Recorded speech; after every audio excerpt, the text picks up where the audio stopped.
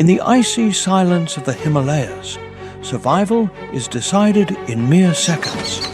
The cold is unforgiving, the altitude relentless. Here, every mistake comes at a price.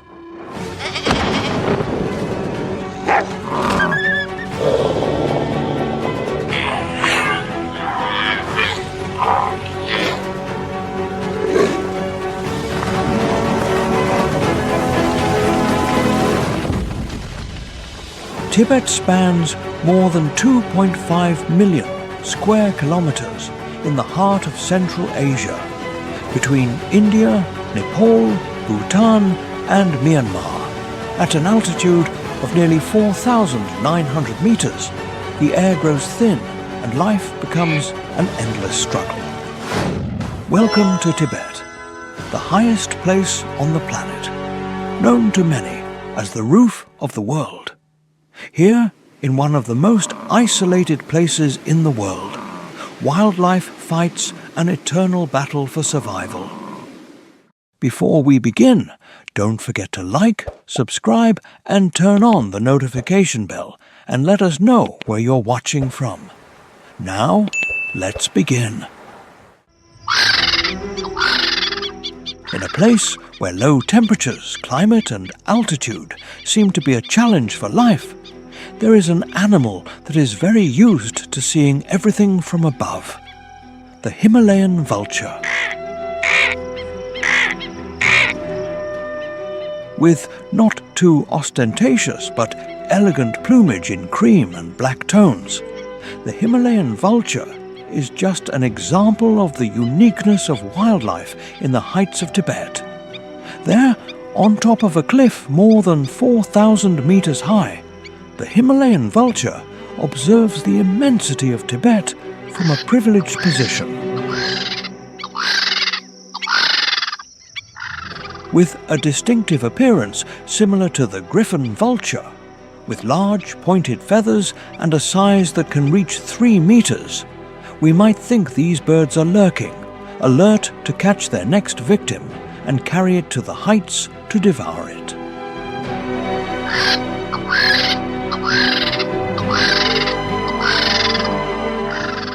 But nothing of the sort. The Himalayan vulture patiently waits from the heights for the wildlife of Tibet to put something on its table. These birds are scavengers par excellence and do not waste time trying to hunt when they can let someone else do the job for them. Even their anatomy speaks of this feeding style, as they have great strength in their beak to tear meat easily. But their claws are very weak because they do not need to hunt prey.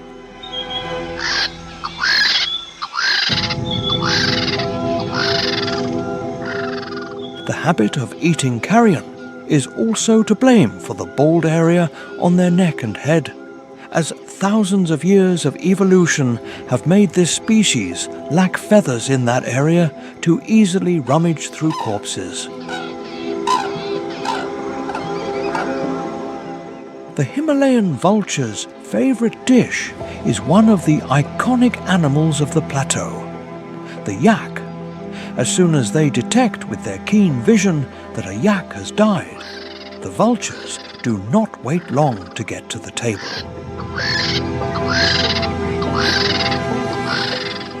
With the peculiar rattling sound they always make when landing on a corpse, these Tibetan residents are fervent believers that nothing served on the plate should be wasted. They are capable of cleaning the meat of this enormous animal in just 120 minutes.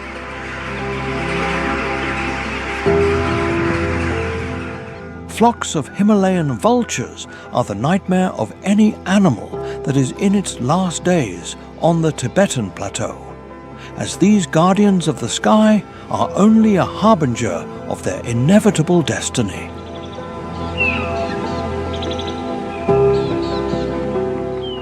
These vultures usually fly in the sky in groups of 10 to 20 members, all with an empty stomach and ready to satisfy themselves. When the breeding season approaches in January, Himalayan vultures begin to build nests to care for their eggs. And what better place than a cliff more than 4,000 meters high to establish the family home for a few months?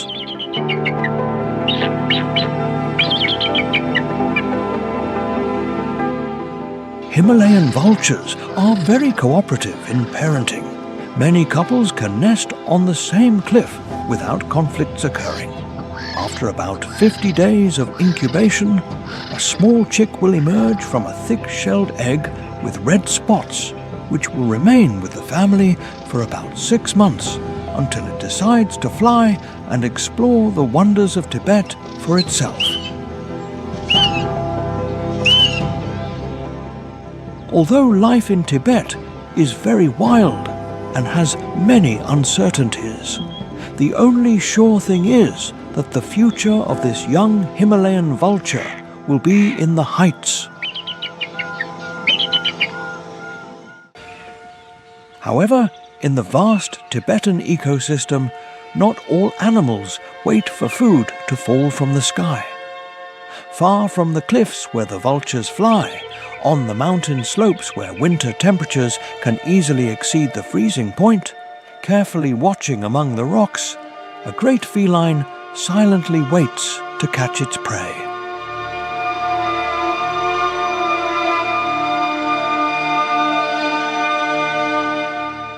Capable of jumping up to 15 meters in the air and with grey fur that makes it almost invisible to its prey by blending with the icy landscape, when the snow leopard is stalking, escape is impossible.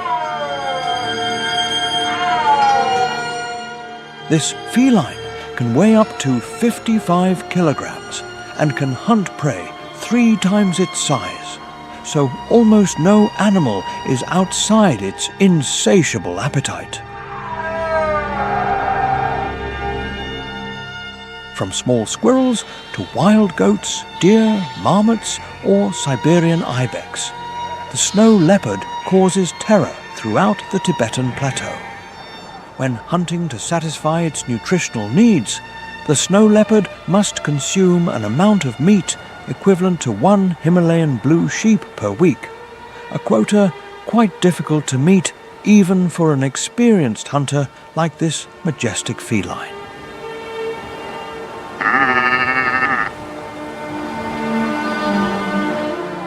The snow leopard is the clearest example of wildlife adaptation to the demanding climatic conditions of Tibet.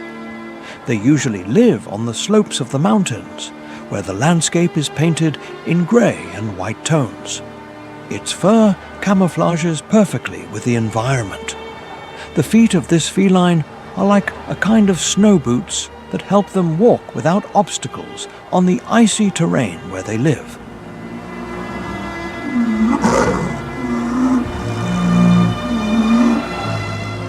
When the low temperatures of Tibet become extreme, that is, almost always, the snow leopard feels more comfortable than ever, as thousands of years of evolution have granted them thick fur that acts as a coat, sometimes reaching up to 12 centimeters thick in some areas.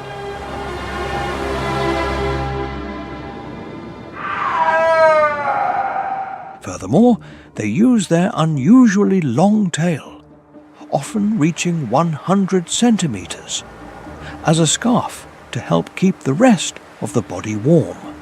And when it's time to walk through the rocky and steep terrains where they usually live, the tail helps them maintain balance.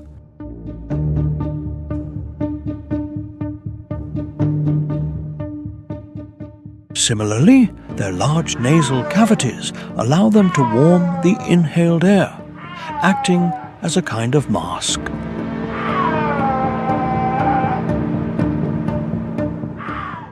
The daily routine of the snow leopard is not usually too hectic. This feline, between naps and breaks, spends up to 18 hours a day inactive, thus saving all its energy for the moment of the hunt, because even the glorious king of the Tibetan mountains does not know when its next meal will be.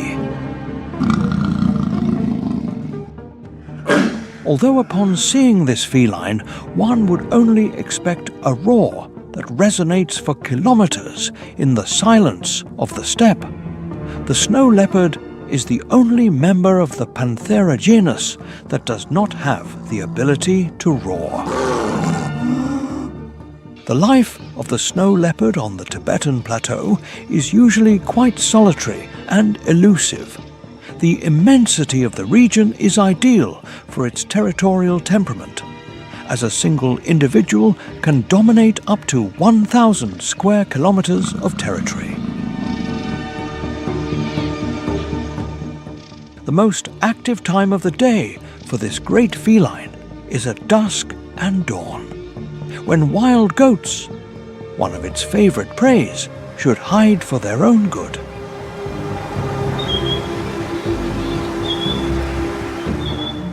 Although forming a family is not an easy task for the king of the mountains, when the opportunity arises to find a female in heat, it will not think twice. The female of this species emits a special howl announcing that she is ready for reproduction. After mating, both felines start a journey of 2 to 8 days, where the female will look for a rocky space to line with pieces of hair for her small children, and the male will eventually leave.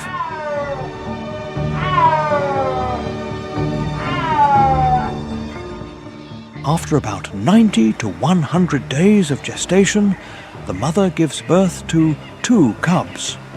As a good single mother, she will be in charge of caring for the young, nursing them and protecting them from the dangers of Tibet.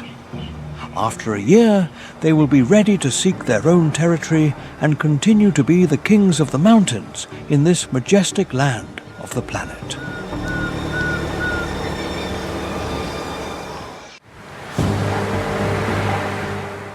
On the steep slopes of the Himalayas, at an altitude between 2,500 and 5,000 meters, where the oxygen concentration is significantly lower than at sea level, and winter frequently records temperatures below -10 degrees Celsius, there is a species that has turned danger into a survival advantage: the Himalayan tar. In an environment where living conditions change abruptly according to altitude and season, the tar moves with astonishing calm, reflecting a long adaptation to the mountains. The tar's thick, long and dense fur acts as a natural insulator, helping reduce heat loss on cold nights and protecting the body from strong winds in high mountain areas. In males, the fur around the neck and shoulders grows especially thick, forming a distinctive mane, often associated with reproductive behavior and territorial competition.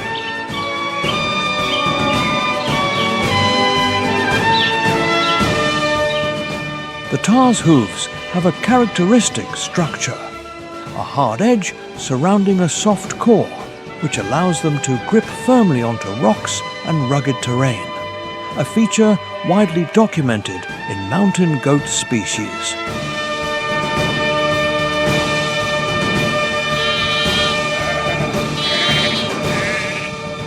The Himalayan tar feeds mainly on grass, shrub leaves, and young shoots. Through selective grazing, they contribute to regulating alpine vegetation, limiting the excessive growth of certain plant species. The tar's repetitive movement routes also create natural trails, helping rainwater filter into the soil and influencing the microstructure of the slopes, an indirect but significant ecological impact. Although they live in treacherous terrain, the tar remains prey to the snow leopard in some areas. This predation pressure plays a role in regulating the population, maintaining the balance between herbivores and vegetation.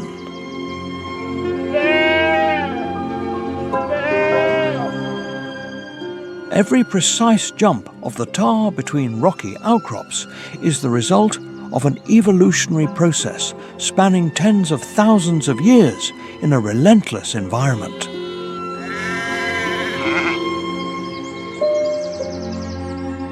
And while the cliffs become the refuge of the tahr, in the lower steppes, another ecological mechanism operates silently.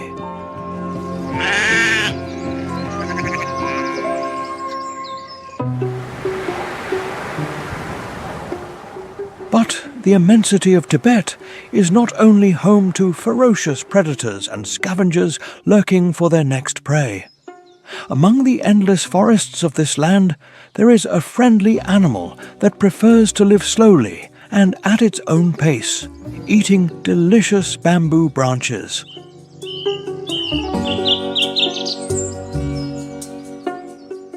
With its characteristic black and white retro-style fur, the giant panda is a resident of the Tibetan neighborhood that needs no introduction.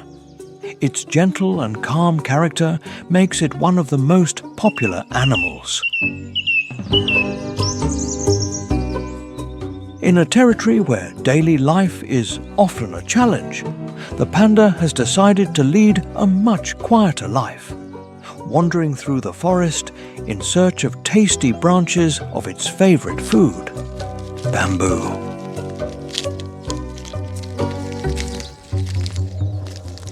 Given the concern that food scarcity in the region could cause some animals, the panda forgets the complex world of food competition, as its digestive system has specialized to digest the fibers of this plant.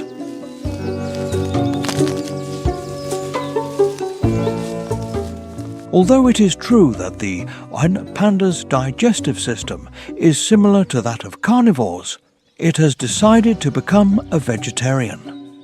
Although occasionally, if a small rodent crosses its path, it will not hesitate to eat it as a snack. The low nutritional value of bamboo means that this adorable black and white bear has to spend most of the day eating branches. Around 14 hours of its daily routine are dedicated solely to eating, consuming almost 40 kilograms of bamboo a day.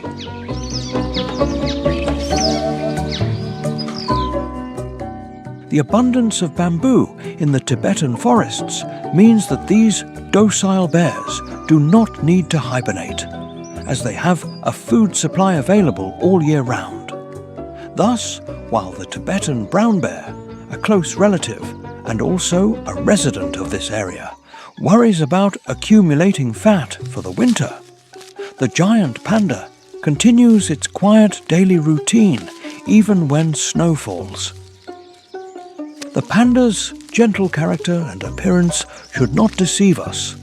This Tibetan resident is a true survivor adapted to environmental conditions. In an environment with hostile temperatures, the panda has fur that acts as a natural coat to withstand the days when the thermometer marks less than -10 degrees Celsius on the plateau.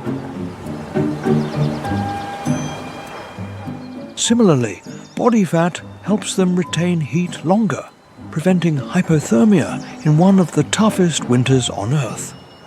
Although with its impressive size, that can reach 150 kilograms, the panda seems unagile and clumsy. The truth is that they are excellent climbers, a skill they learn from a young age with the purpose of protecting themselves from potential predators, as well as marking territory from the heights.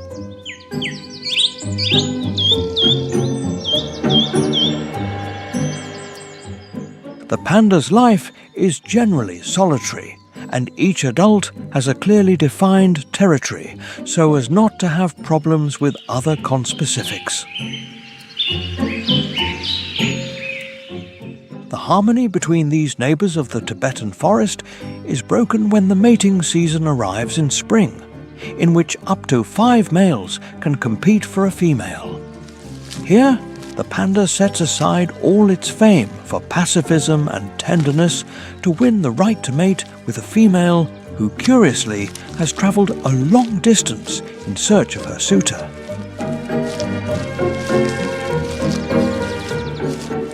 Only the strongest panda will be able to extend its lineage and bring descendants who will continue the relaxed lifestyle of these peaceful, habitual vegetarians.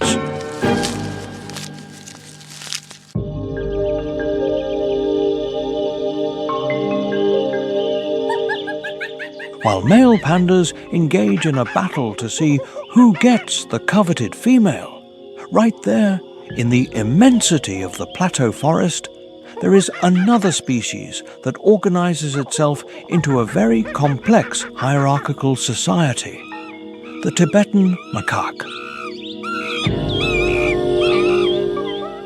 These forest dwellers are another wonder of nature that Tibet gives us. Living up to the difficult living conditions they face, the Tibetan macaque is the largest monkey in all of Asia. The male of this species can weigh up to 20 kilograms and measure up to 60 centimeters in height. Another prominent and useful characteristic when winter knocks on the door is its beautiful, thick and long fur to protect them from low temperatures.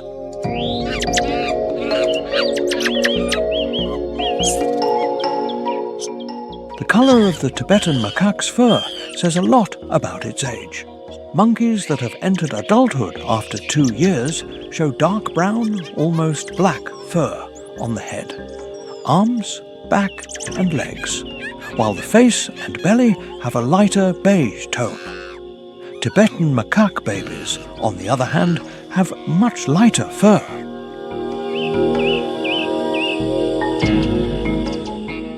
Unlike the panda, which has a diet based almost on a single food like bamboo, the Tibetan macaque takes having a balanced diet very seriously, as it eats up to 100 different plant species.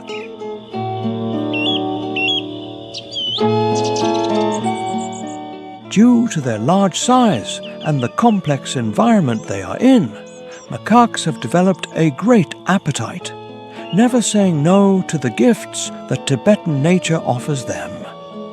These giants among monkeys have a diet that includes fruits, leaves, stems, flowers, shoots, bark, and even insects.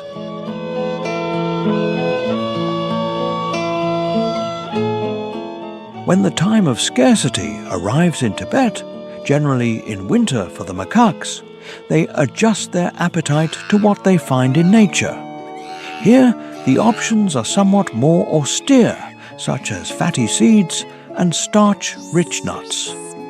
At the end of the food search time, the macaque checks in its storage bags, which are none other than its cheeks, to see what's for dinner.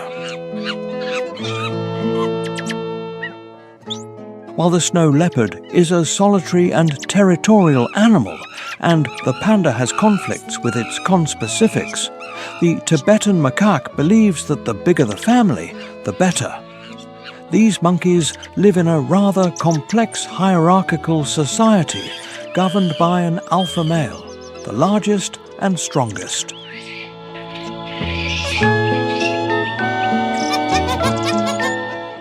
The fate of the other members of the group depends on their gender. Young males, upon reaching adolescence, will have the door open to leave the group and seek their own territory, as the leader does not want competition. In the case of females, they will remain their entire lives in the group where they were born, of course, as long as they are willing to please the alpha.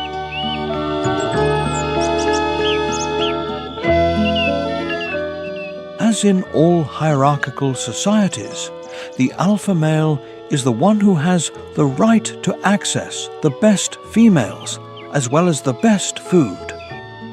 Life in Tibet does not seem so bad for this impressive animal in a privileged position in one of the most remote forests on Earth.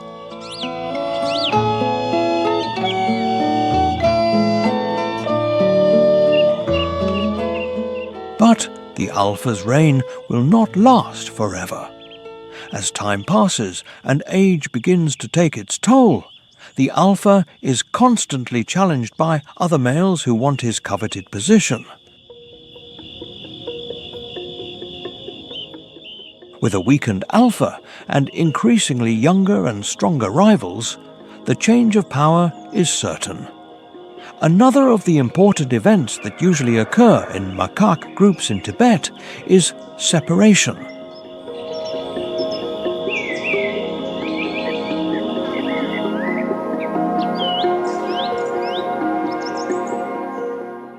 When a group has grown too large in number, reaching 40 or 50 members, resources begin to become scarce, and often the youngest decide to leave to start a smaller group where their survival is easier.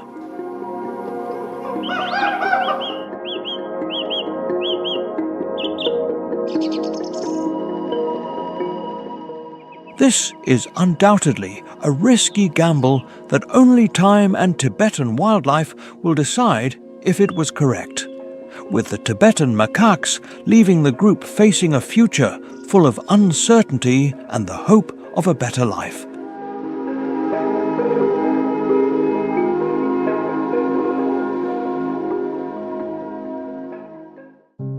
The Himalayan monal is mainly distributed in alpine and mixed forests at an altitude of approximately 2,400 to 4,500 meters, extending from Afghanistan and Pakistan to Nepal and northern India.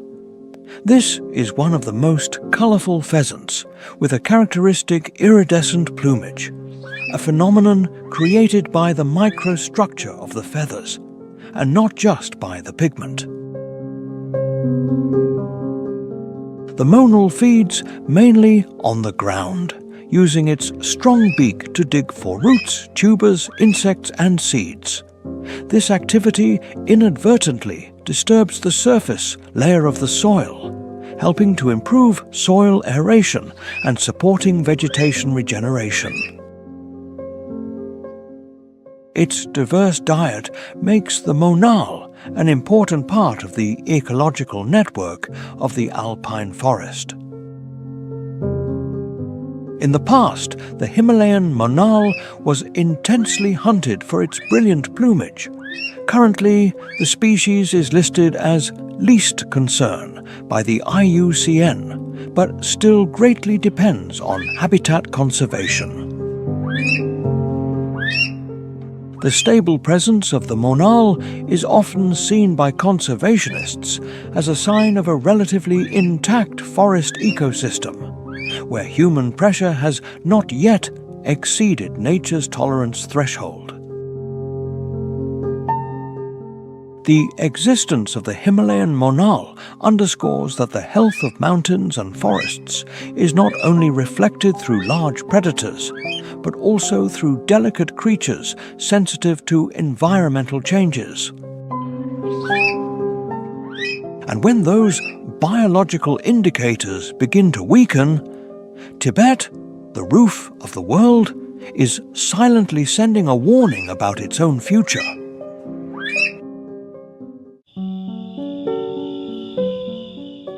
Let's take a walk through the grasslands of Tibet.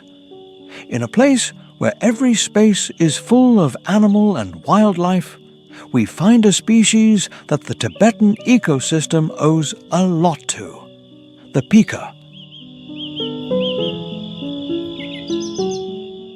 The pika is the smallest mammal in the entire plateau, weighing only about 300 grams. These small workers consider hard work and ingenuity to be the only way to survive the difficult living conditions of Tibet.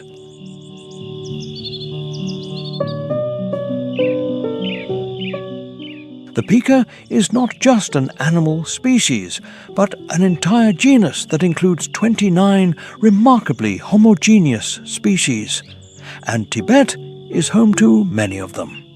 With an appearance very similar to a common guinea pig, covered by thick fur with different brown tones and a totally harmless appearance. It may be hard to believe that these cute animals are true survivors, and that many other Tibetan species completely depend on their existence.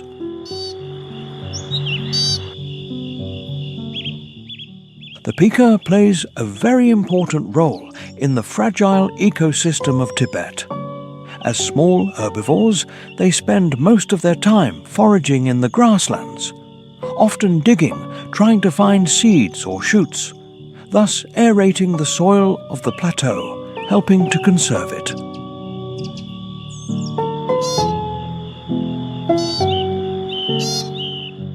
When the pika is not wandering through the grasslands looking for food, it is very likely to be in its rudimentary burrows.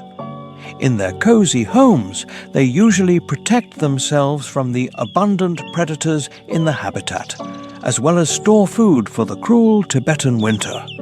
And speaking of winter, one of the keys for the pika to survive these freezing temperatures is to prepare well in advance.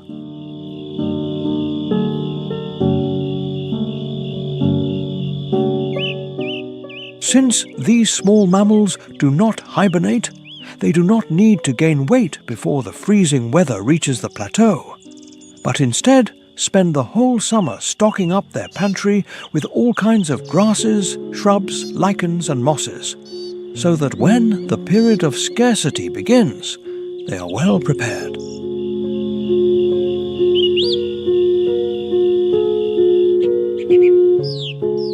Although it is true that the pika feels most comfortable with temperatures below 25 degrees Celsius, when the Tibetan winter arrives, they have no choice but to hide in the burrow. At this time of year, although they do not hibernate, pikas reduce their metabolism by up to 30% with the aim of better managing the stored food reserves.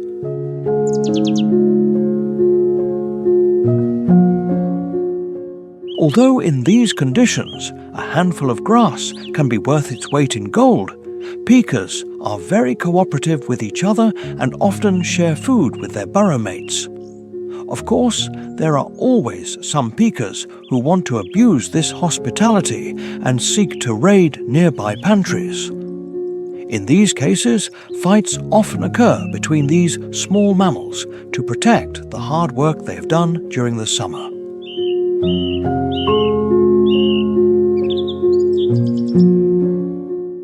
No matter how well the pika plans the winter, you never know when the Tibetan plateau will bring more freezing days than usual, and often the stored food is not enough for everyone. Here, the pika is forced to do something unexpected, but that shows a bit of the ingenuity and desire to live of this animal. It leaves the burrow and looks for a type of food that may not be very refined, but satisfies its nutritional needs: the dung of the majestic yak.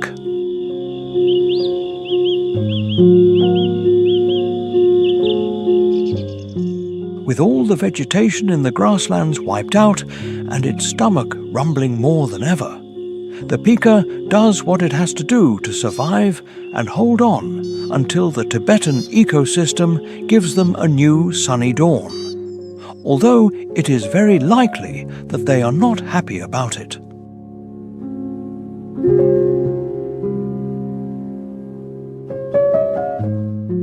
The pika occupies an important place in the food chain of Tibet. When medium-sized prey is scarce due to the harsh conditions on the plateau, they represent a good food source for species such as foxes, hawks, weasels, and are even the favorite dish of the brown bear.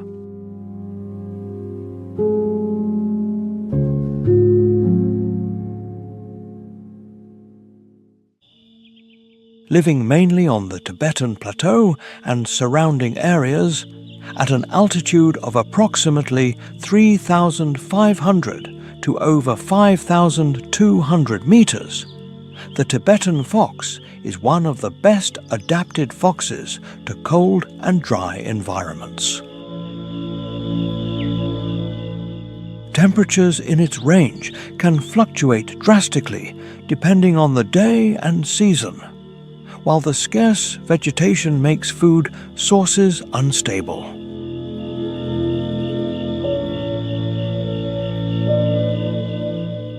Summarized studies show that the pika is the main component of the Tibetan fox's diet, representing a large proportion in many populations.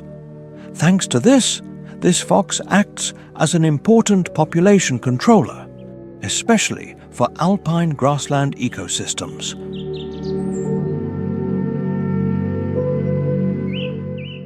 When the number of pikas increases excessively, vegetation can degrade. The presence of the fox helps limit this phenomenon.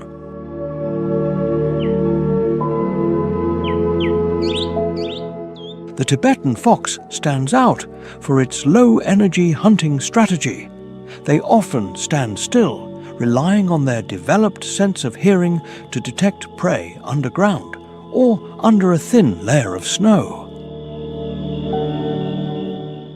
In extreme conditions, reducing unnecessary movement helps them maintain energy balance, a vital factor in the plateau environment.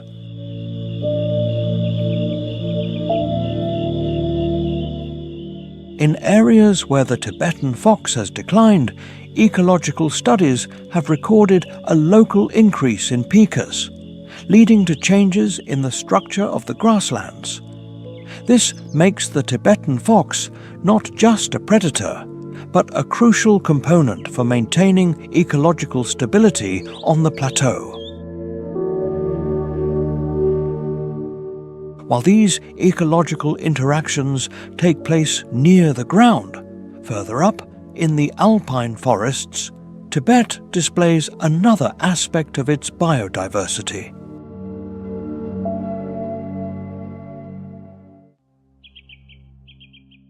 While the pika represents a very diverse genus of species inhabiting the Tibetan plateau, there is an animal that is the sole survivor of its taxonomic family, a symbol of survival even when its habitat is threatened, the red panda.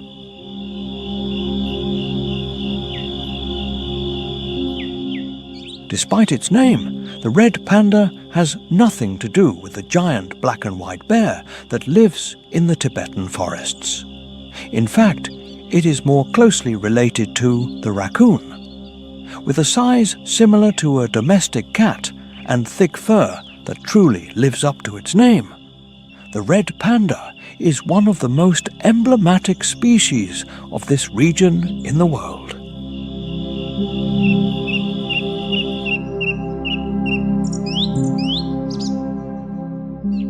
Although at first glance it looks very cute, the anatomy of the red panda is a gift from nature for its survival.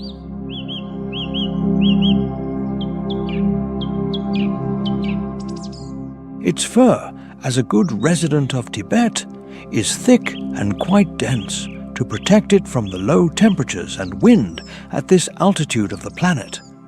A long bushy tail helps it, as in the case of the glorious snow leopard, to protect itself from the cold by using it as a scarf and to maintain balance on slippery ground.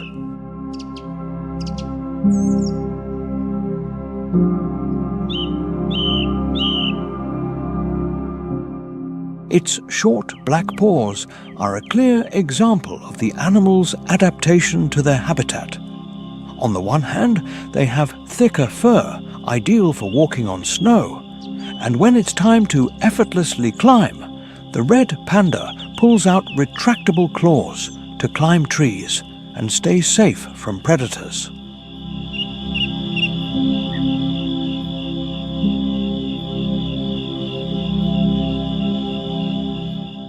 For the red panda, there is no better way to start the day than with a thorough grooming before going for a run. This furry friend performs a skin-washing ritual by licking its paws and massaging its back and belly.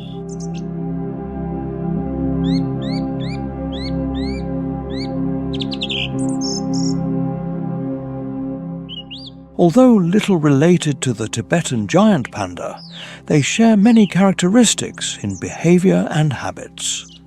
For starters, both are very good sleepers. The red panda can spend up to 2/3 of the day resting, usually curled up on its tail among the branches of trees.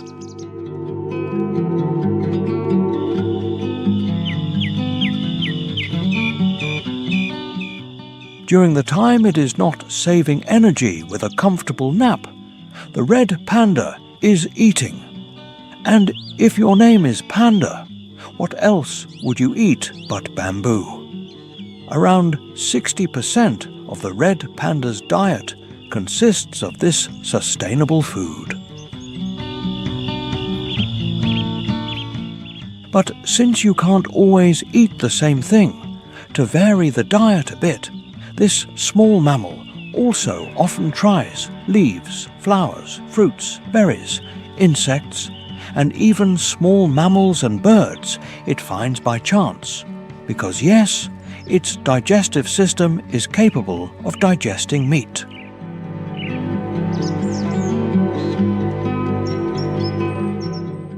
When you don't measure more than 60 centimeters and live in a wild neighborhood like the Tibetan forest, you have to know how to defend yourself, as your appearance doesn't cause much fear, to say the least. In moments when the panda is threatened by an intruder in its usually tranquil environment, it has two options.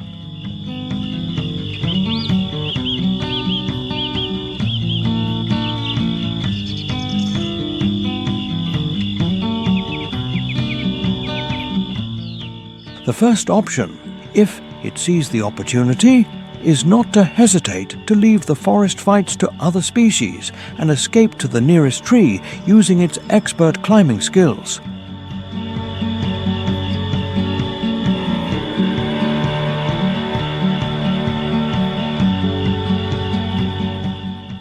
If the situation doesn't give it a way out, the not aggressive at all red panda has no other choice, and must muster the courage to face the bullies by standing on its two hind legs to look bigger and using its sharp claws to attack.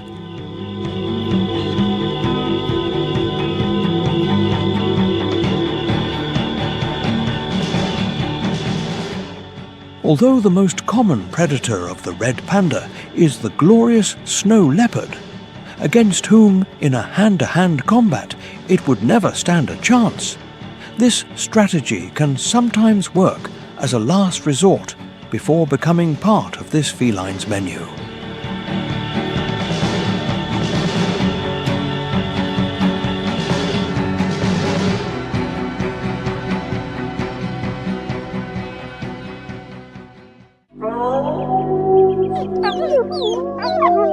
However, becoming prey to the fearsome snow leopard is not the only concern that may cross the minds of some wild species in Tibet. In the vast and icy landscape, another hunter lurks with a very different lifestyle: the Tibetan wolf.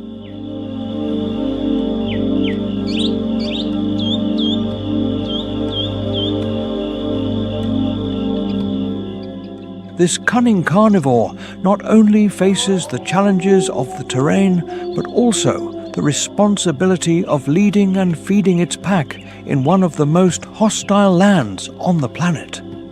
Having won the position of dominant male of the pack, this wolf is the chosen one to reproduce with the best female.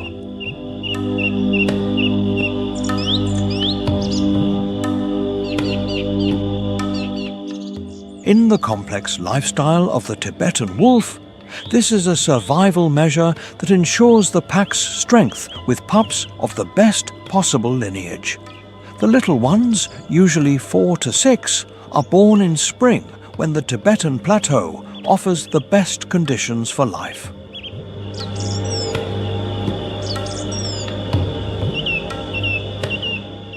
During this time, they will depend on their mother's care, as they only weigh about 400 grams.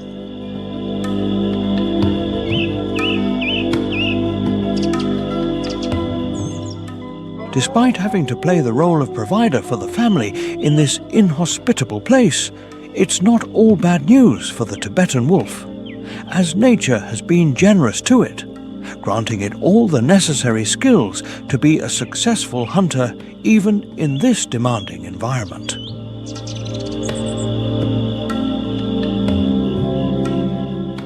Weighing up to 32 kilograms and measuring up to 1.65 meters, the Tibetan wolf is a predator, perhaps not as impressive as the snow leopard, but just as effective.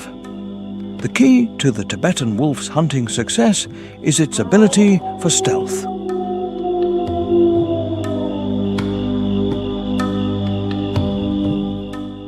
With fur that changes according to the season between white, brown, yellow and black, the Tibetan wolf hides perfectly among the vegetation while stalking its prey. When the prey detects it, it is almost always too late, as the Tibetan wolf reaches speeds of up to 40 kilometers per hour. Most of its prey, in comparison, seem to move in slow motion, trying not to become the food that the Tibetan wolf will take to its beautiful family.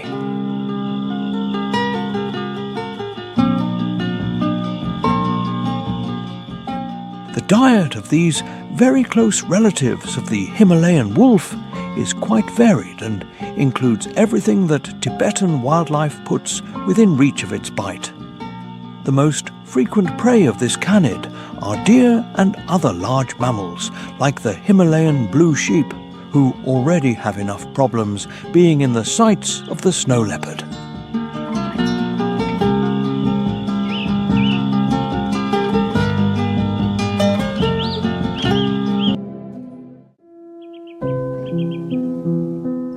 But the wildlife of Tibet is not only manifested in large and fierce creatures like the Tibetan wolf. There are also species that do not particularly stand out for their size or ferocity, but still adapt surprisingly to this majestic ecosystem and make Tibet their personal den, like the cute Himalayan marmot.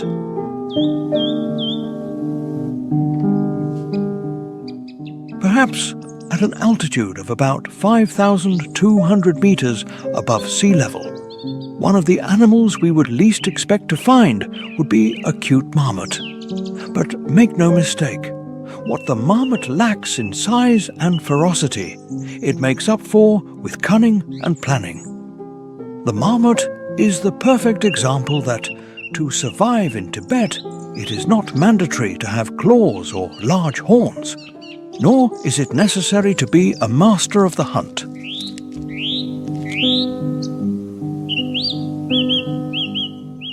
Among the alpine grasslands of Tibet, at the boundary between the forests dominated by pandas and the most freezing areas where the snow leopard is the absolute king, the marmot has an enviable burrow condominium. When you are a terrestrial rodent no more than 70 centimeters tall, living in one of the wildest places in the world, the Himalayan marmot knows that having good shelter is crucial.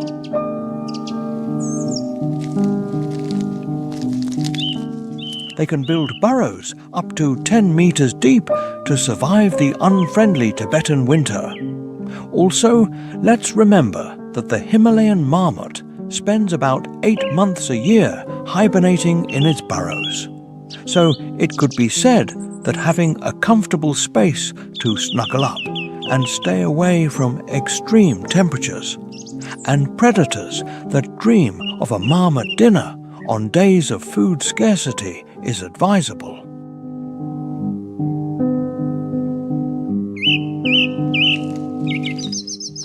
Himalayan marmots are excellent planners. As soon as spring arrives and low temperatures are left behind, the countdown begins to prepare for the next winter. The goal of a Himalayan marmot is to triple its weight during the months of abundance on the Tibetan plateau.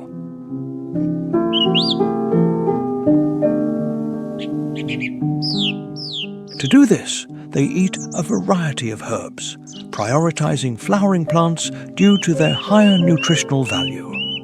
For the Himalayan marmot, if the eating time is limited, they will not waste it on junk food, in this case old plants that contain many alkaloids.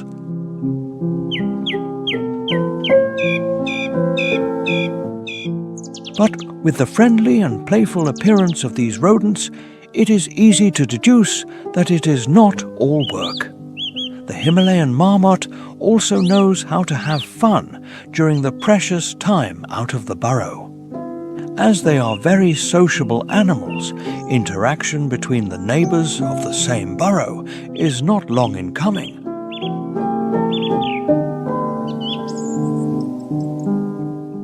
One of the favorite games of the Himalayan marmot is playing to fight, where it seems that all the tenderness has been set aside and the marmot has started a battle. But there is nothing to worry about because it is just a game.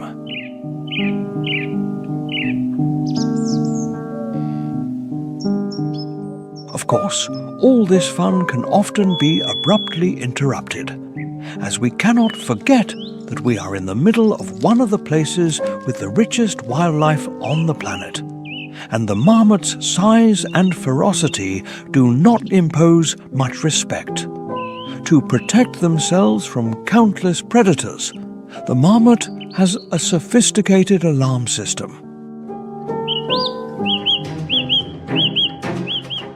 As soon as they detect a lurking predator, the sentinel will issue a warning with a characteristic whistle. This is the call for all members of the community to put aside their daily work and seek safety in the burrow.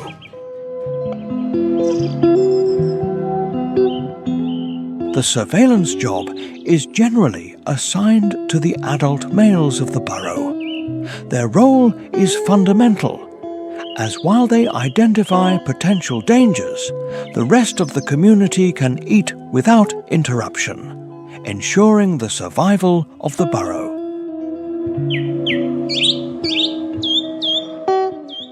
The good Samaritan attitude of the adult males is just one example of the efficiency and good organization of the Himalayan marmot society.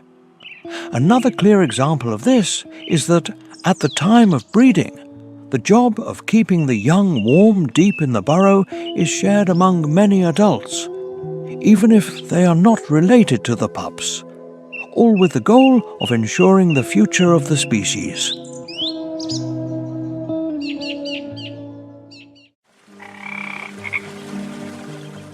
Not far from the Himalayan marmot neighborhood, heading towards the endless plains of Tibet, we find a species with impressive horns and more adapted than anyone to the difficult daily routine of living thousands of meters above sea level. The majestic Tibetan red deer.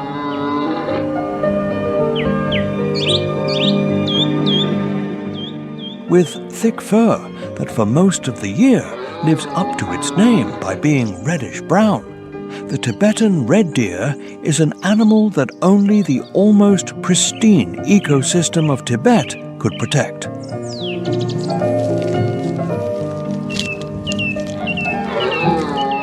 The majesty of this herbivore reminds us of the incredible biodiversity that the Tibetan plateau harbors in its forests, mountains, moors, and plains. The appearance of the Tibetan red deer has nothing to envy other species living in the region closer to the sky than any other place on the planet. With impressive antlers that have nothing to envy other horned species of the plateau like the yak, and a black mane reminiscent of incredible species on the other side of the world, the Tibetan red deer is a wonder of creation.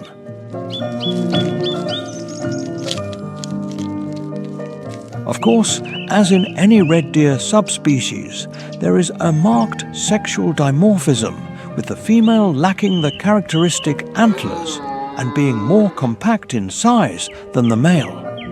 They can weigh up to 230 kilograms and measure 120 centimeters at the shoulder.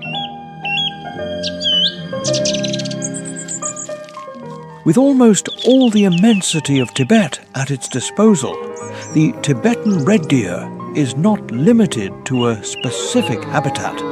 Instead, it constantly migrates to places that offer the best living conditions depending on the season of the year.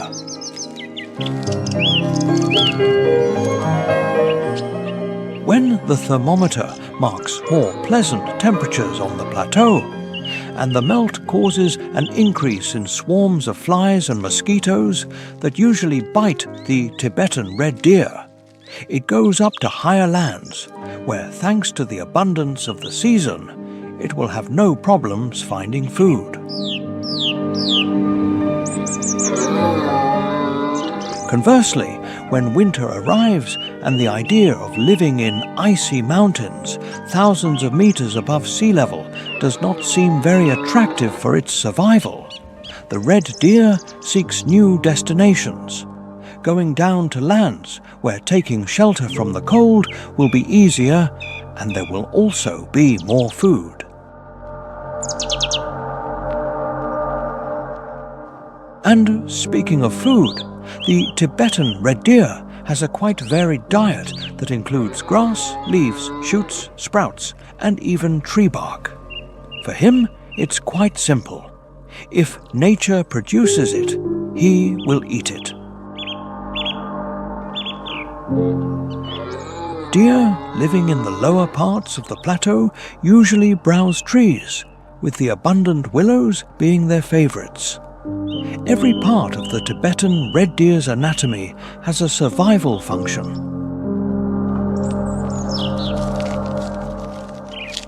The thick and striking fur helps it withstand the freezing conditions of the Tibetan climate, just as the sensitive muzzle is vital for detecting predators and communicating with each other through pheromones. But there is one part of the body that they will use a lot when the breeding season begins. This part measures up to 70 centimeters and is mounted on their head.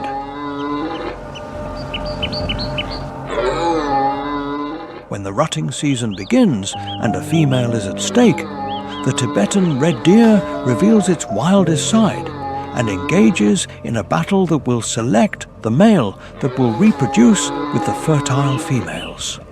It all begins with a characteristic roar that announces the start of the battle.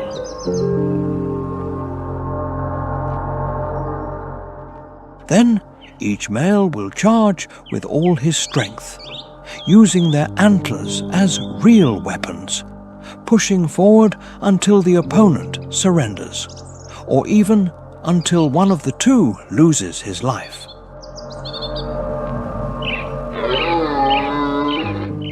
The victor will have the right to access the females of the herd to reproduce. After mating, he will leave to continue his life with a group of males. The female will have to take care of raising the calf alone, as well as taking care of herself during a pregnancy that lasts no less than 33 weeks.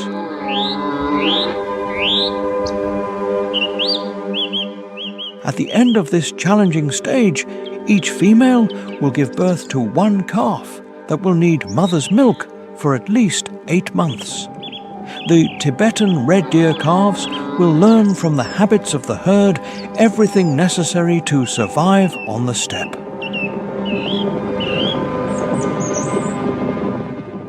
Upon reaching adulthood, generally between 3 and 4 years old, the male leaves the herd to explore new horizons on his own, while the female will remain in the group, where Upon reaching sexual maturity, they will be ready for the arrival of the rutting season, in which the males will again enter combat for the privilege of reproducing, restarting the life cycle of this majestic herbivore.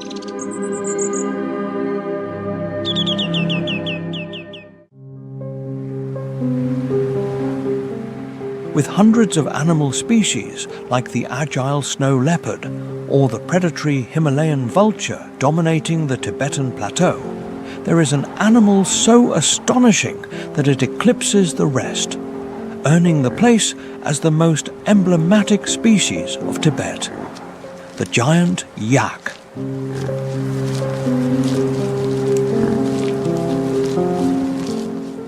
The yak is a large and very hairy bovine that has made the Tibetan plateau its cozy home.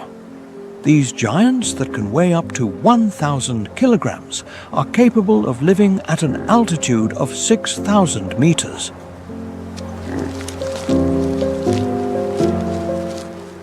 To cope with the hostile temperatures of Tibet, the yak possesses perhaps the warmest coat in the entire steppe.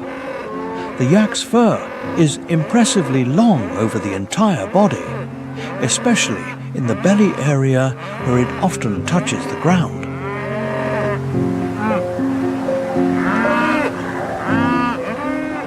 This thick black layer, like the Tibetan sky on winter nights, along with a large percentage of body fat, forms a kind of personal heating system that allows the yak not to flinch even when the rest of the wildlife on the plateau is not having its best days.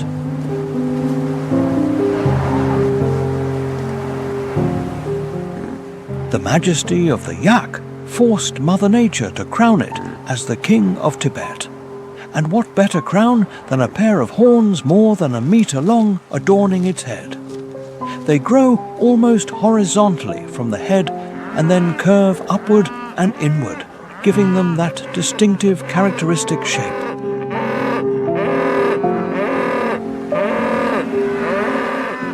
When it's time to eat, the yak forgets all the arrogance of being part of the Tibetan royalty and maintains a simple diet.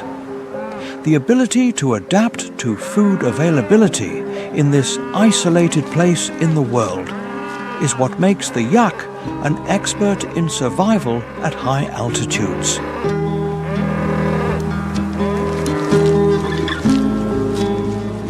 The yak's diet mainly consists of grass, shrubs, moss and lichens. Thanks to a developed digestive system, it can absorb nutrients even from these low protein and mineral foods.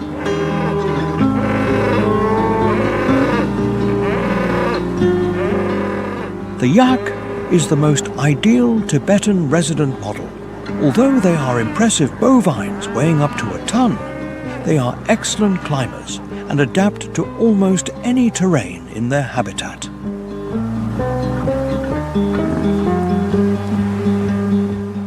When food is scarce in one place, the yak does not think twice and seeks new horizons where it can satisfy its modest nutritional needs.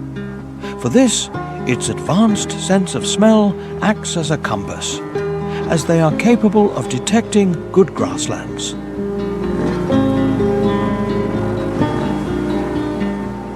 While life for some yaks passes in solitude, with no more company than the stars that seem closer at this altitude of the planet, others decide to live in groups of up to 12 individuals. Daily life among yaks is usually peaceful, and it is very useful to group together during the harsh winter days.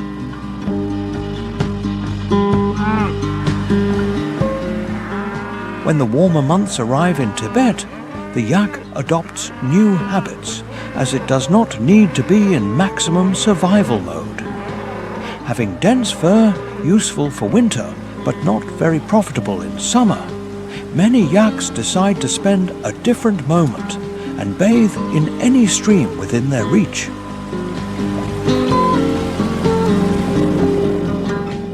Being in one of the most important hydrological reserves in the world, they have no problem finding a puddle to splash in.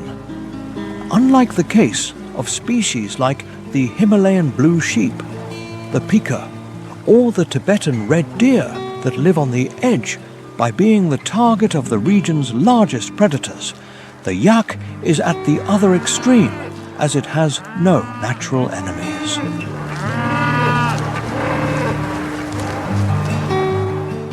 Although sometimes there are attacks by Tibetan wolves and snow leopards on calves, these cases are very isolated, and adults are generally not threatened by the fierce predators of the plateau. With this, the yak certainly stands as the dominant species in Tibet, having all the characteristics of the perfect survivor against the harsh conditions in this corner of the world.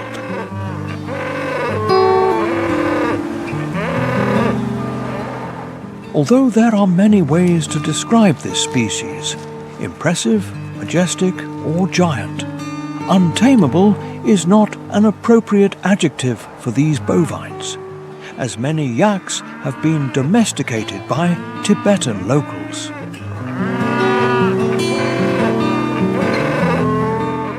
These giants are the engine that drives the development of human settlements, serving as pack animals and providing a massive supply of wool, milk, and meat.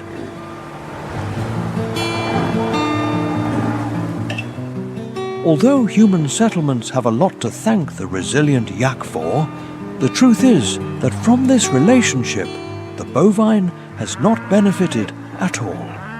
The domestication of the yak since about 3,000 years ago on the Tibetan plateau has reduced its species to only about 10,000 wild adult individuals.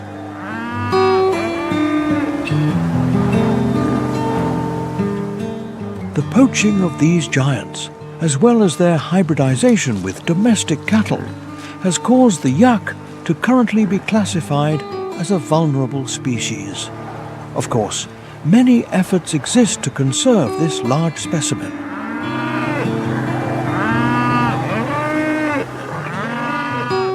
Today, throughout China, the yak is a protected species, and several reserves have been created aimed at stimulating its reproduction in the wild.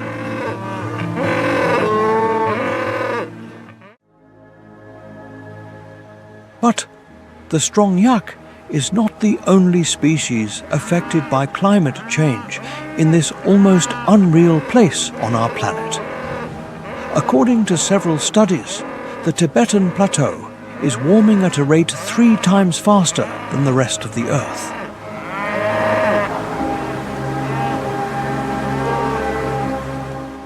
This means that the abundant glaciers, home to incredible creatures like the king of the mountains, the snow leopard, are disappearing, creating a crisis in an ecosystem that until a few years ago was considered pristine.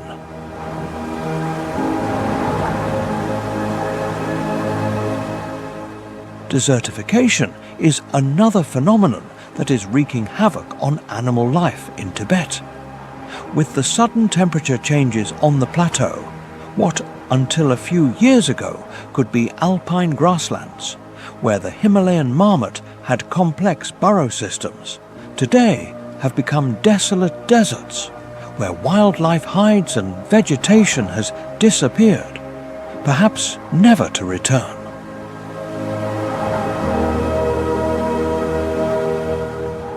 The instability of river sources due to the sudden melting of glaciers is altering the habitat of hundreds of species at once.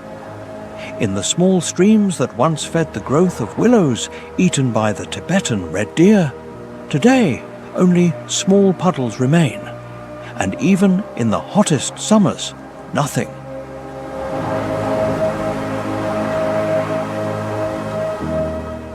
Tibetan forests and all the animals in them are also being severely affected by human activities in the region.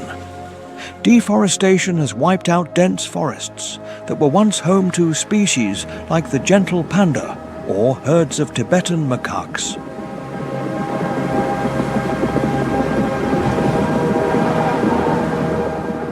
But the transformation of the Tibetan ecosystem does not only originate from human activities in this part of Asia. Scientists have shown that the burning of the Amazon rainforest, more than 20,000 kilometers from the yak's home, affects the temperature of the Tibetan plateau in a complex system involving atmospheric and oceanic circulation patterns.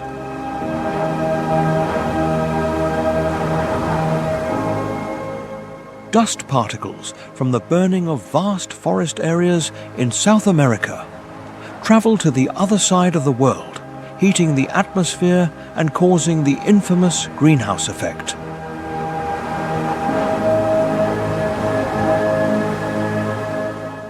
This and the importance of the river system that Tibet has for the world make its conservation no longer an exclusive matter for China, but a global concern.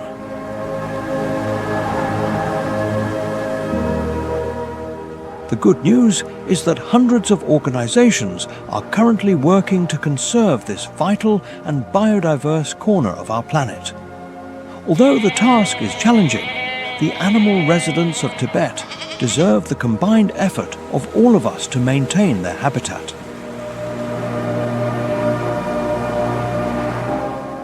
If you enjoyed learning the stories of the animal life of the survivors on the roof of the world, and want to continue learning more about the natural wonders of our planet, don't hesitate to like this video and comment on what your favorite animal was.